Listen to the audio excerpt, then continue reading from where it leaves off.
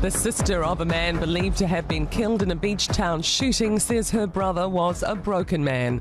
A 60-year-old is dead, while a 46-year-old woman and two young men aged 21 and 17 are in a critical condition after being found with gunshot wounds in Waitarere Beach near Levin early yesterday morning. Our newsroom understands the man who died was Benjamin Timmins. Rachel O'Grady has told the Herald her brother was a farmer and soldier.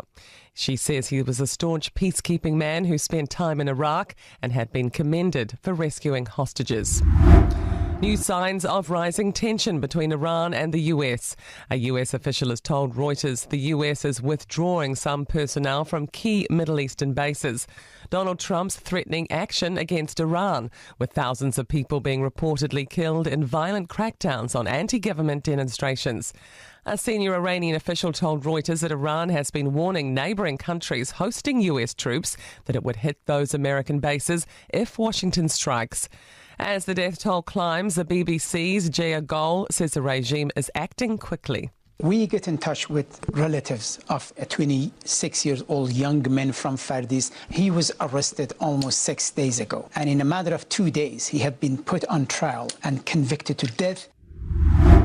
Certainty is a big thing businesses are looking for in the election year. Latest Courier polling of business leaders commissioned by technology firm Datacom shows that most respondents are upbeat about where the economy is heading.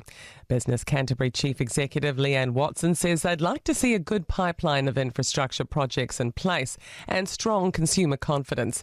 She's also seeing positive signs of cross-party agreement. We certainly don't want to see that pendulum swing if we do happen to see a change of government to take us back 3 years. I think that's really important. The cause of a fire at a Dunedin Scout Hall yesterday afternoon is still unknown. A fire truck inadvertently discovered the blaze at Roslyn Scout Group Hall around 3:30, and crews are still at the scene this morning, dampening the interior of the building. A digger was required to demolish much of the building's exterior so firefighters could work inside. St John is optimistic this year's budget will spell good news for the organisation. It's advocating for funding to address infrastructure and property challenges so it can volunteer to support rural volunteers. Danica McLean has more. St John says it's grateful for the funding increases in recent years, and it's encouraged by the positive engagement it's had with ministers, officials, Health NZ and ACC. The charity says with demand rising due to an ageing population and increasing pressure on primary and after-hours care, extra investment is critical. At least 32 people are dead and dozens injured in northeastern Thailand after a construction crane fell moving onto a moving train. The crane derailed the train and destroyed some of its carriages. The train had been travelling from Bangkok, carrying mostly students travelling for school and workers to regional districts. A 1-year-old and an 85-year-old are among those injured. Legal action has already been announced against the construction company responsible for the crane.